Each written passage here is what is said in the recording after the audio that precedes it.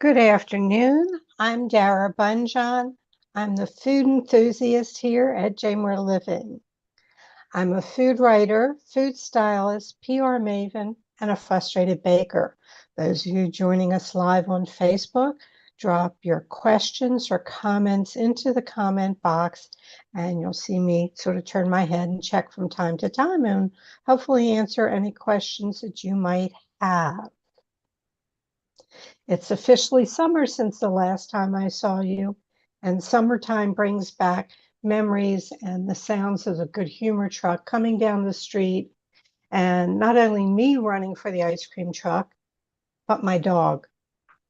Always got the little vanilla cup. And with that in mind, today's guest is an ice cream aficionado, Bryan Soronson, who has eaten frozen desserts, especially ice cream, around the world. This passion has lasted for over 45 years. A resource for all media, he has contributed to books, written an article, been involved in numerous electronic and print stories about ice cream over the years. He continues to teach courses on ice cream. Do we all scream for ice cream? He may not scream, but he sure enough carries a gold-plated tasting ice cream spoon. Let's bring in Bryan. Thank you. Good afternoon, Dara. Good to be here. Well, it's good to see you, Bryan, and thank you for joining us. Why ice cream? 45 years. What started all this 45 years ago? Tell us a bit about that. Great question, Dara.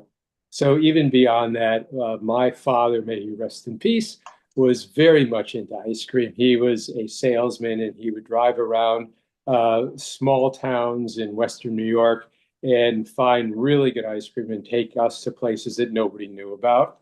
And fast forward to 1978, I was in graduate school in Albany, New York, and we traveled a lot on the weekends. And I went to Boston, and I went to an ice cream parlor called Steve's in Somerville. And that was the first time I had really, really excellent gourmet, high-fat ice cream. This place was an example. It was a destination, always a line. I actually have a shirt from there from 1978. Most of my shirts are part of a quilt. Right now, my wife made me make a quilt out of it. But this is the shirt from Steve's. You can see the line. And the nice thing about it, it goes all the way to the back of That's the cute. shirt. So it just shows you. And it probably was caricatures of people that went there. And that just turned me on to a whole new world of something that was higher quality of what I had before. Even before that, I had something called Anderson's, which was a frozen custard in Buffalo, but this was nothing like that. And that kind of opened my eyes to start to explore the best ice cream, not only in the area of Central Maryland, but throughout the country when I traveled for work. Okay. So it's not only US, you've traveled the world. Is there a particular flavor or one particular ice cream or frozen dessert in your world travels that have sort So of stuck in your mind that was a favorite or unique or the worst? Tell us about it. So there was a ice cream parlor in Puerto Verde in northern Argentina, in Patagonia, northern Patagonia, called Pudu, which is a small deer. That's what it is. And they had a passion fruit raspberry sorbet. And the seeds were included both from the passion fruit and the raspberries. So you had the big seeds, the little seeds, the sweetness, the tartness. And it was just so unique. The flavor name wouldn't be fair. You really had to taste this. We were on a small tour and we brought everybody into the parlor from our tour. There was a limit of 2 tastes. We'll talk about that later per individual. And once I started going with them, oh, taste as much as you want. Try this, try that. But that was really the most unique. I always like to try the various Italian flavors like pistachio, stracciatella, gelato. And gelato is a very, very different product. We'll talk about that later, but a lot of examples of very good gelato, not just in Italy, Spain, Croatia, South America. The gelatos have kind of moved. People were trained in Italy, but there's great gelato in many places around the world, especially in the Mediterranean area. Well, who was it? Buontalente. I did my study that Catherine Medici took him from Italy and Rome to France and introduced gelato. And I don't know that people know that the Talente name is after Buontalente. Oh. So I get my gold star for that little bit of trivia there. And the other point about the history of gelato is a person named Procopio also introduced gelato in Italy many years ago. So there was some kind of juxtaposition there. And it was also tied in to what they found on the Silk Road. They were bringing flavors and spices. And I guess I will tell you now, gelato is different than ice cream because it's lower butter fat and it's made in a way that there's much less air churned in, much more natural flavors. I think we'll talk about that later in the discussion. Well, we can talk about it now. There's no. Let's look at frozen dessert, ice cream, and gelato. What are the differences between the three? We don't have to get in depth, but just enough. People see it. Let's talk about it. The main differences are the amount of butter fat in the products and the amount of air. All ice cream has air. Many people don't realize that. It's called overrun is the professional term. There are three main categories of ice cream. I would call supermarket or regular ice cream that has a minimum of 10% butter fat, because in order to call a frozen dessert ice cream, you need a minimum of 10%. That's an FDA definition. 10% butterfat and 50% air. So half of what you're eating when you eat the regular ice creams, examples are Turkey Hill, Breyers, half of it is air and the butterfat is 10%. I will also tell you, and we'll show you later, that many of those products now, when you buy the Turkey Hill, the Dreyer's Edie's, the Breyers and Dreyers are different. Many of them are not even ice cream. They don't qualify as ice cream because they don't have the minimum butterfat. And you will see on the label, frozen dairy dessert. Anything under the 10% cannot be called ice cream. The next category is premium ice cream. And the example is the Turkey Hill natural ice cream or Tillamook. Those are about 12% butterfat, but almost the same amount of air. Okay, a little bit less, but not too much. Creamier, but still a little bit airy. The next category is the super premium category, and that is your Ben & Jerry's, your Haagen-Dazs, the artisanal brands in Baltimore. There's Charmery, Taharka Brothers, Be More Licks, Always Ice Cream. Those are classified as super premium.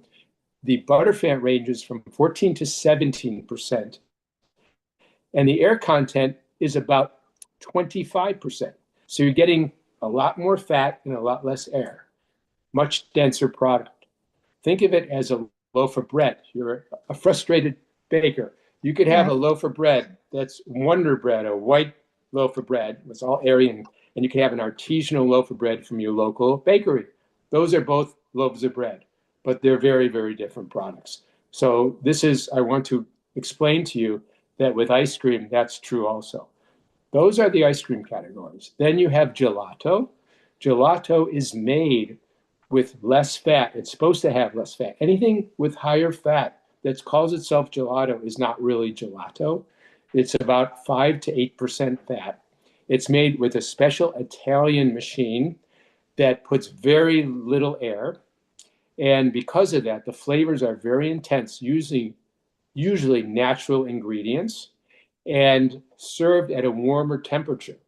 So you're eating it softer. You see a serving, you get this in whether it's in the United States or Italy or anywhere else. Oh, that's so small. What am I paying for? And then you feel the weight of it. And it's a very, very dense product.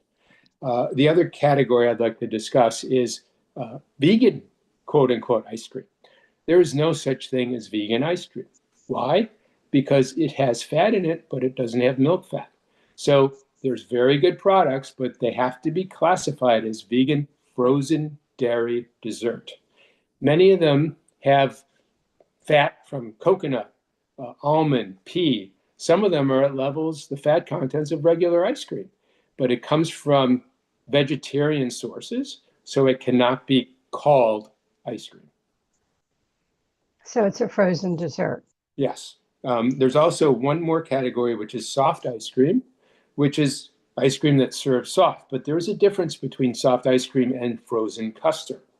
Frozen custard has minimum of 1.4% egg yolks. So it's a creamier, custardy flavor and a better consistency because eggs is a natural emulsifier that keeps the butter fat and the air crystals low and the butter fat high. And it also gives you just a creamier sensation. We'll get to that later.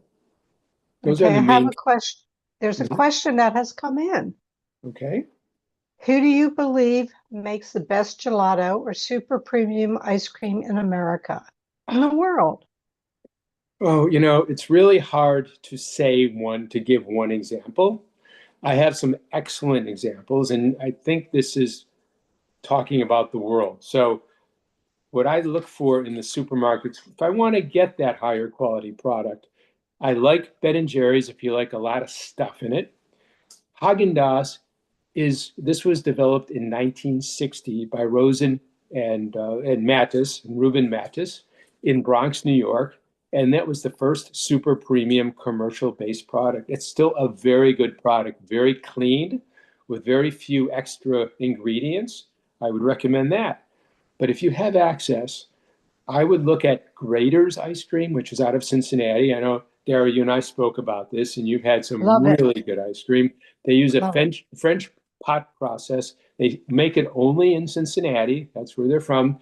And they actually melt their chocolate for the chocolate chip flavors and drizzle that chocolate back in the ice cream where it freezes. So Grater's is very good. McConnell's out of California. And these are available in stores like Wegmans. So I'm giving you examples that you can purchase across the country. Jenny's out of Columbus, Ohio. Van Leeuwen out of New York. And Bassett's out of Philadelphia. Bassett's is the oldest locally owned ice cream company in the country. And they still operate out of the Philadelphia Reading Terminal Market with availability in stores in that region. I was reading in some of this that when ice cream started becoming a thing here in the States, sort of the hub was Philadelphia way Well, back when. years ago it was. Breyer started there, Bassett's, other places, but that moved to New England, and Boston really became the hub. There are unbelievable artisanal ice cream places there. And unlike the Maryland area, in New England, people eat ice cream all year round. We kind of drop off after Labor Day for some crazy reason. And I know that there are still parlors in business. Steve's is long gone, even though he has Harold's, which is his last name, in Western Massachusetts. But a place called Toscanini's in Cambridge is amazing. And he's a disciple of Steve's. So I would say that the real hotbed of ice cream is New England everywhere, but especially Boston. You could be driving through Cape Cod and a little store has its own ice cream maker, and they have great ice cream. So New England has been, I think, the top in my opinion. Right. We talked, when we talked about you being on the show, I was out doing a walk in the morning. We must have talked Yes. 45 minutes about ice cream, and we covered some of this. But for those that are local to the Baltimore area or your childhood, and I asked you to jump in and leave a comment or tell us more about your favorite flavors or brands that you like. Growing up, because you were from Buffalo, in the Baltimore area, we would go to Price's Dairy. And I'm sure somebody brought that up with you ages ago. So the local dairies would have ice cream that you could go in. I can't tell you what the fat count was, but I know that they tasted good. Here in Maryland, we have Pringles. family dairy. You can go out there. There's the milk and the cream from their own cows. And I was trying to remember, and when it came up that you were from Buffalo, we used to go up to Atlantic City in the summer. And we go up Route 40 East, and somewhere on Route 40 East was a dairy. Now, either coming back from Atlantic City, we would stop at this dairy and get ice cream. Just a food memory. That's all. Not saying that it was premium or this, that, or the other. It's just there were other places growing up. These dairies would come in and have their own ice cream. I think I know the answer to this. Are you a cone or a cup man? I am a cup man. Once in a while we have a cone, but I just enjoy getting the flavor of the ice cream without anything extra. I don't put toppings on the ice cream. I want to taste the ice cream and the integrity of the ice cream for what it is without adding any other extra disruption. Accoutrement. Yeah, exactly. Okay. And I found out just little tidbits that in 1904 at the World's Fair, that's when they came up with ice cream cones. Take that to the bar and use that. All right. I went out, the pints of ice cream, and you might have something there in the label so we can take a look at. All pints of ice cream servings are a standard 2/3 of a cup. Right. And the only way we can tell how much air is in it by the grams. Did I remember that correctly from you? Grams per serving.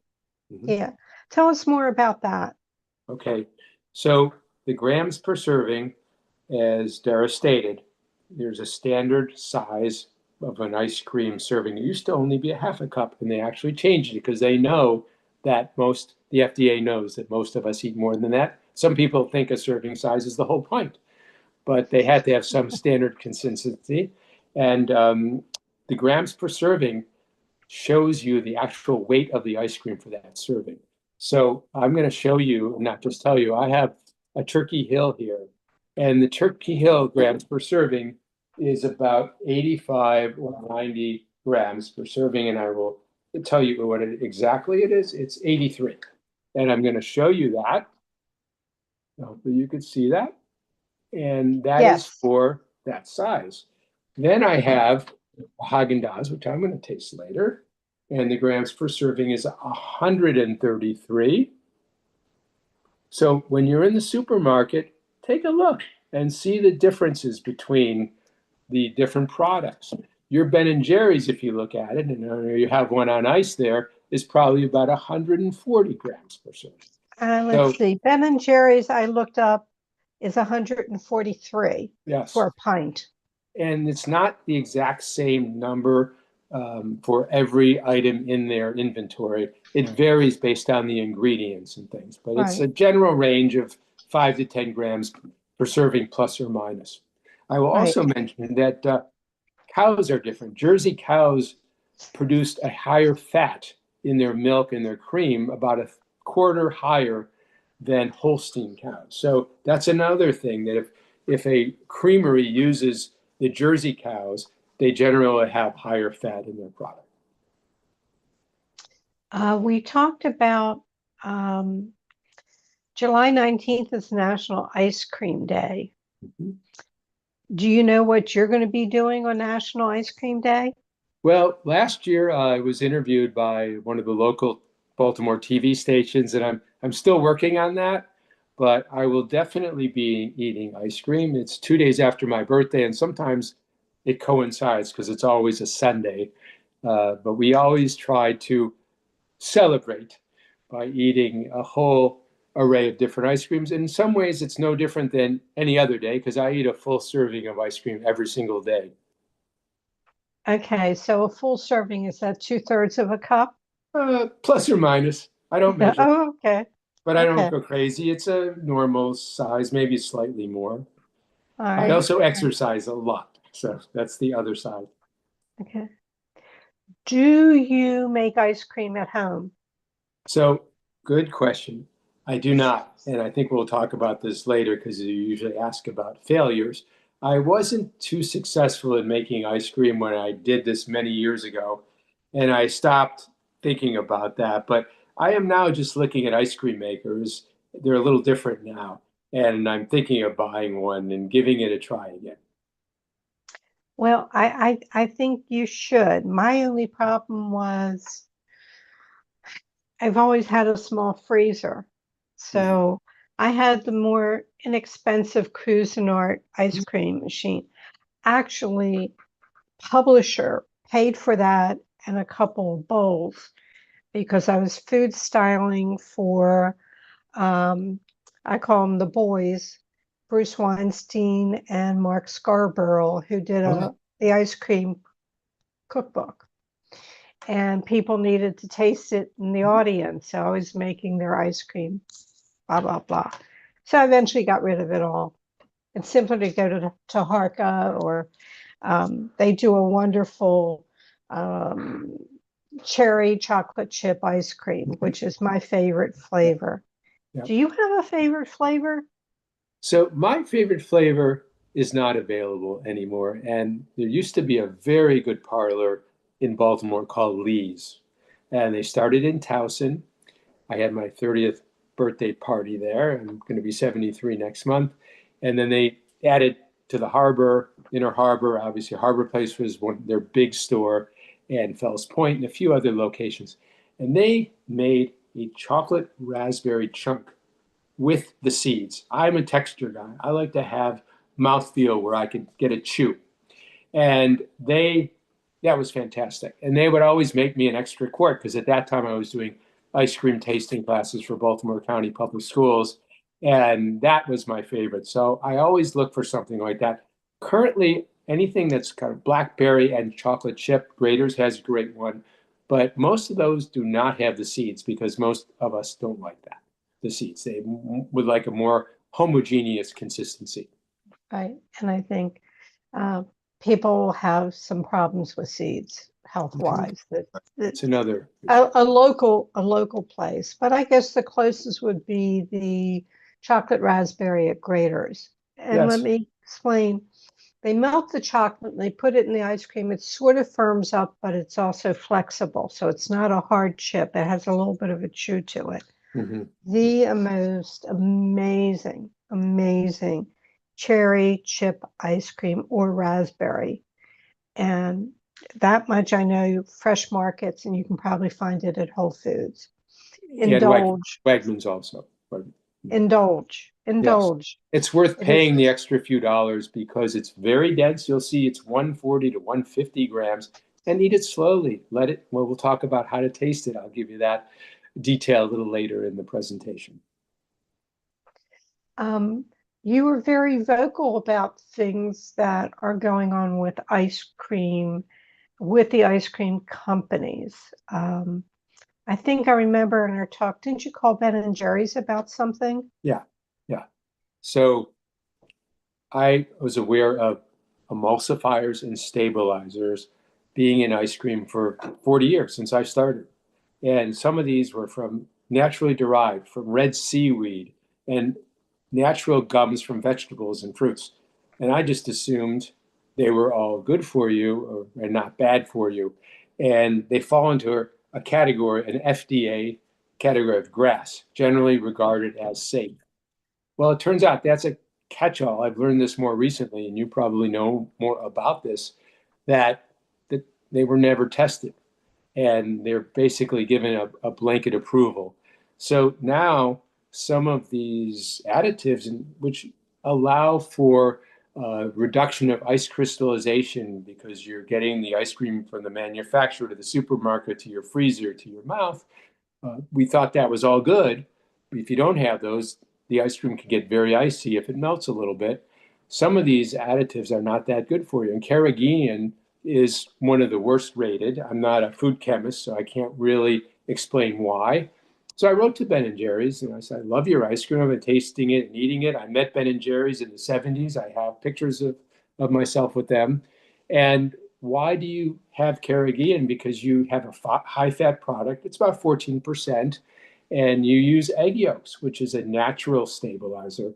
And they just said, we feel it's safe and we feel we need to put this in as part of our formulation.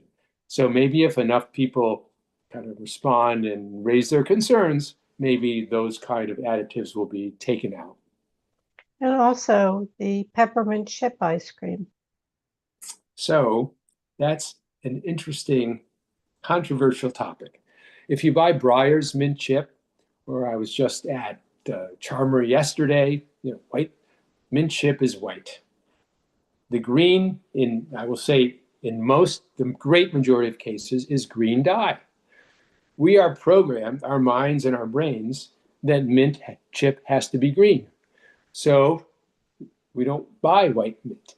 And I'm a very strong advocate of making that mint white. I actually went to a parlor in New Jersey and I said, your ice cream is great. Why do you have the green? They said, Bryan, we made 2 tubs, one white mint and one green mint. And the green mint went in 3 hours and the white mint took about 3 days for that to be consumed. So we're moving towards that. And I will say that some of the artisanal places are now using a natural mint color or naturally based green color, and that's fine. But I really am opposed to green ice cream that's mint and a green pistachio. Pistachio should either be white or a little bit off brown, like the inside of the nut. And if you get gelato in Italy or Europe, you'll see that that is a very off-white color, and that's the correct color. So your eyes should not just go to the biggest color. Sure, do kids like ice cream? Yeah, you need birthday cake and other flavors for the kids. That's fine. I will tell you, I brought my grandchildren, a 10 and a 7-year-old, into a parlor in Bethesda, and I said, we're going to do a tasting. This was just 2 weeks ago. And my 10-year-old granddaughter ended up buying a green apple sorbet as her main flavor after tasting 8 or 10 different flavors. I never in a million years would have thought she would do that, but her palate tasted that. And one of my mantras is, when you go to these parlors, don't be shy. Sample before you order. Taste those flavors that seem kind of strange. Don't worry about people behind you unless there's one person at the counter and 50 people behind you. I think that most customers do not feel comfortable requesting samples. I have pictures of myself with 20 sample spoons in my hands. And you have to do that because some of these places make the most unique flavors. You may not want to buy them. Basil, lavender, rose, but taste them and at least get that sensory feeling before you order what you want to order. Right. Well, let's get to tasting, how somebody should taste, because I'm anchoring my Okay. Cherry Garcia. Let's see. Okay. Is that showing up there? Yes. Yes, Cherry And it's Garcia. dripping wet. I do want to Yeah. mention about Ben and Jerry's real fast. They almost started out, they started in 1978, and they almost opened a bagel company. And at the last minute, they were dissuaded against that. I was at their first parlor in an old gas station in Burlington, Vermont. And of course, it's evolved a lot from there. But can you imagine Cherry Garcia bagels? So I'm glad they didn't go into the bagel business. So I would probably eat the Cherry Garcia. right. You would, okay. Yeah, because you love cherries and chocolate. Great combination. Right. So I'm going to actually taste 2 to show you the differences. So this is a Turkey Hill, and it's very interesting that I am going to show you the top, and you can't even read it because it's the same color ink, but it says frozen dairy dessert. So you go into the supermarket and you think you're buying ice cream. Now, the majority of the flavors are frozen dairy dessert, but both Turkey Hill and Breyers still make some of their legacy flavors in ice cream. But when I looked at this, I said, they don't even make this white ink. So you don't really see it unless you're looking close. So this is probably 5% butterfat. Okay. So I'm And going to, just while you're getting that ready, yes. folks, it's the butter fat that coats your tongue and leaves the flavor lingering.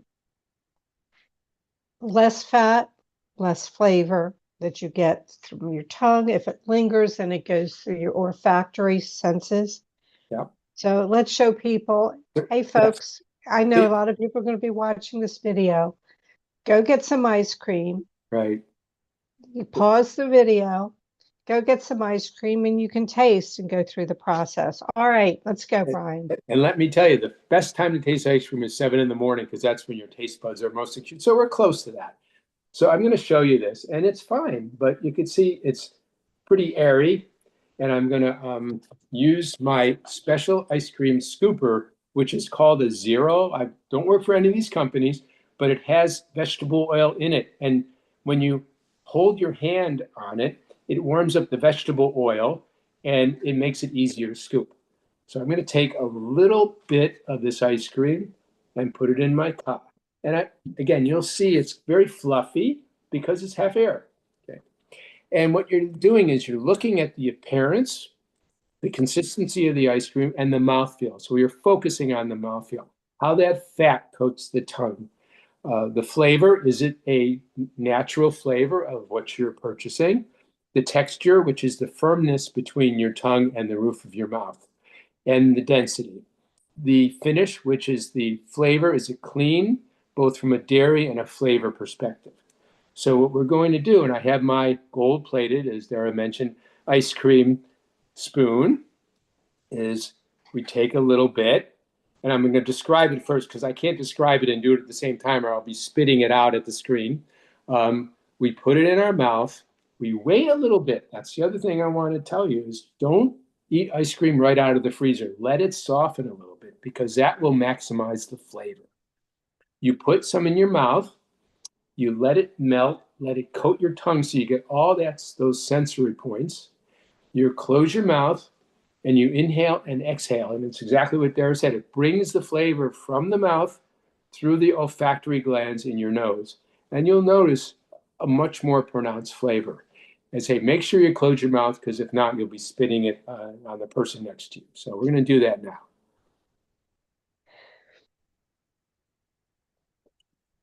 Okay.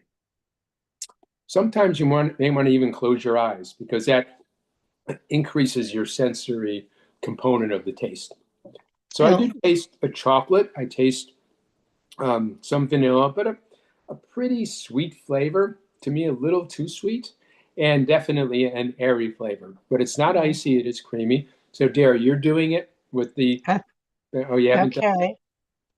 Right? So I'm doing it, showing everybody. This Yep. is one of the little containers because I'm Yep. going to eat this whole thing, unfortunately. And look, it's a white color. It uses Bing cherries, not maraschino. So it's very high quality. And let it coat your tongue, close your mouth, and exhale and get that maximum sensory experience.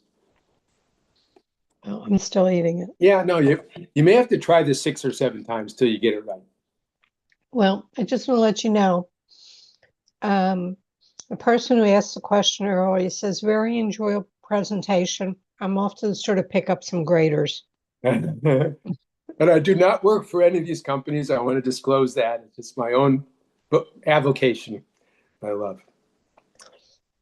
So then what you do in between is you take some water, but you only have one flavor. So what I do I do ice cream tasting classes. I have several scheduled now.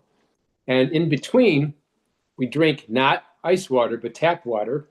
And I wanted to use a non-salty cracker. So I was buying Cars crackers and things. And yes, make sure you get those cherries, okay? And the chocolate together and get that combination. You got to keep trying, Dara. It takes multiple times before. So in between, I was going to clear my palate and I realized Passover just finished and I have all this matzah left over. What's a better cracker that has nothing else in it but matzah, right? So, and it's only flour and water. So I'm now using matzah for my palate cleaner. Cleanser. And Yeah, it sounds cool. crazy, but it really works well. So I am now going to the Haagen-Dazs vanilla Swiss almond. So this is the super premium category. What we tasted before was the not even ice cream. It was the basic frozen dairy dessert. You can get it on sale at your supermarket for $3. We used to call it a half gallon, but with shrinkflation, it's 48 ounces. Most of the pints have stayed 16. Ben and Jerry's does, but guess what? Haagen-Dazs, 14 ounces. So they're starting to cut back on the servings. So this is the Haagen-Dazs, and you can see the bits of the chocolate covered almonds with a nice clean vanilla. So I'm going to taste that. And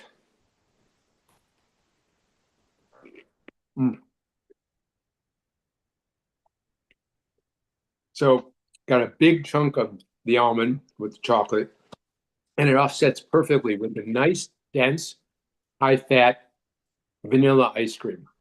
So these are the two extremes. I say extremes, but some of the super premiums are 17%. I know the Charmer is 16%.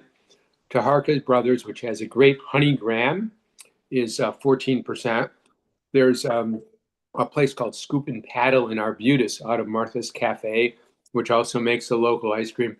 There's tons of places in the DC areas. Dara mentioned Philadelphia, all the dairies in the rural areas, the Prigels, there's several others towards Frederick and Northeast.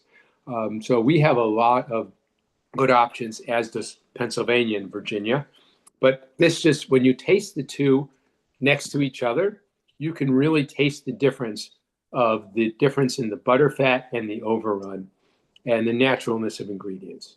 And doing those in my classes, I do those, and there's a much higher level of education. So the goal is to know what you're getting. There's very little bad ice cream. You may always want to have the lower fat alternative. You may not be able to eat dairy. As I said, there's fantastic vegan products, frozen dairy desserts. You have to watch those in the supermarket because sometimes they have more additives in order to replicate the balance and the flavor and the consistency of the butter fat on your tongue. Because it's a marriage of the sugar and the fat. That's what makes really good ice cream. And you can't get away from that. So eat your serving. Don't eat a lot of other fats during the day, and you're fine. Okay. Before I forget about it, I believe the Maryland Agricultural Center has an ice cream trail for Maryland. And just reach out to the state of the Maryland Agriculture. I forgot what they call the whole thing, but go out or reach out to me and I will connect you. But you can go and do this whole trip of going to different dairies and eating ice cream. How bad is that? You know, it's a tough job. My record is 8 parlors in one day. That was a little much in a much younger age bracket. Yes. Okay. All right. So we've sort of covered everything. You know, look at the ingredients, look at the grams of fat. The higher grams of fat on a pint of ice cream means it's a premium ice cream. Okay, so what didn't I ask you that I probably should have? I think you covered the main bases. We did cover the difference in the products, which was very important.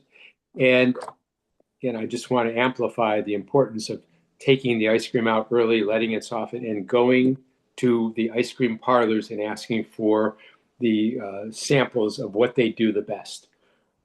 I think the important thing is that it's an education. We all revert to our childhood. It's a great way to connect with our children, our grandchildren, and talk about stories like Dara started the session out with, of memories. We all have memories of how we ate ice cream and how our parents took us to places, how my father gave me an ice cream cone and the weight of the ice cream broke the cone and the ice cream fell out because there was so much ice cream. We all have these memories. And I think it's a great way to connect with multi-generations. Absolutely. And before I forget, in the comments section, folks, Bryan's Instagram account is available to reach out to him at B Soronson and on Instagram, and you can connect with there. And he is available to do lectures and ice cream tastings and give you further information if you're doing an article. He loves to be interviewed, and anybody who's smart is going to grab him up on National Ice Cream Day because that's the man you want to have around on National Ice Cream Day. Um, there are some standard questions that I ask at the end of the show, but since you're not a chef or really a cook, but you did say that you tried to make ice cream and it didn't work out. So why don't you tell us that story real quick? So my successes with that is sorbets, strawberry, adding some banana, and you don't have to worry about freezing it. My failure was trying to make mint chip, putting in and adding cream de mint. Well, cream de mint is alcohol. Alcohol lowers the freezing temperature, i.e., my little ice cream maker never had the ice cream freeze. So we Right. ended up drinking it. It was very good, but it sure wasn't ice cream. Okay, so I'm trying to think if you could go back and give your 18-year-old self a piece of advice, what would it be? Well, it would be make yourself indispensable, do something that differentiates yourself from the rest of the pack, and find things that are fun. Good advice. Bryan, I want to thank you so much. This was fun, filling, and fulfilling. So we appreciate that. All the best to many scoops ahead. And I have a couple announcements to make, So, and then we're a wrap. Thank so you there, real again. quick, those people that tasted the ice cream, just delay your blood test tomorrow for one more day. Okay, we'll keep that in mind. Thank you so much, Bryan. Okay, everyone. There will be no show next week. So I'll say have a safe 4th of July. On July 9th, we have a very special guest coming back. I haven't had her on the show for 5 years. Next week's guest will be Chef Elizabeth Faulkner, whose shortened biography is 7 paragraphs. She's an award-winning chef, product developer for Barilla, Starbucks, Hershey's, Pepsi, Cliff Bar, a serious competitor. She was trying out to be an Iron Chef, not to be an Iron Chef, not to beat an Iron Chef. Okay. Top chef. You've seen her all over, the blonde, spiky hair, a fitness advocate, cookbook author. She serves on the board of trustees for the James Beard Organization and is the chair of the James Beard Foundation Awards Committee. She's a filmmaker. Her movie is Sorry We're Closed, streaming now on Apple TV. We aren't done yet. She and her partner founded Tomorrow Brands and launched 3 innovative alcohol beverage products, all made with organic California dates. So there's plenty to talk about. Mark your calendars to come back on the 9th, or make sure you watch the video of it, but do it live and you can ask questions of Elizabeth. Feel free to go back into the archives of our previous shows and enjoy those. You can go to jamerliving.com. On the menu, it says food. You can click on that and click on the Food Enthusiast, and all, I think 290 shows will be there. Absolutely. If you need to reach me, my Instagram is at Dara Cooks. And on Facebook, you can reach out to me on the Food Enthusiast. Don't miss out. When you're on the website, jamerliving.com, you can sign up for a free bi-monthly food newsletter. It comes out with recipes and videos. So take advantage of that and sign up for that. We truly appreciate it when you share our show with friends and family. May your plates always, always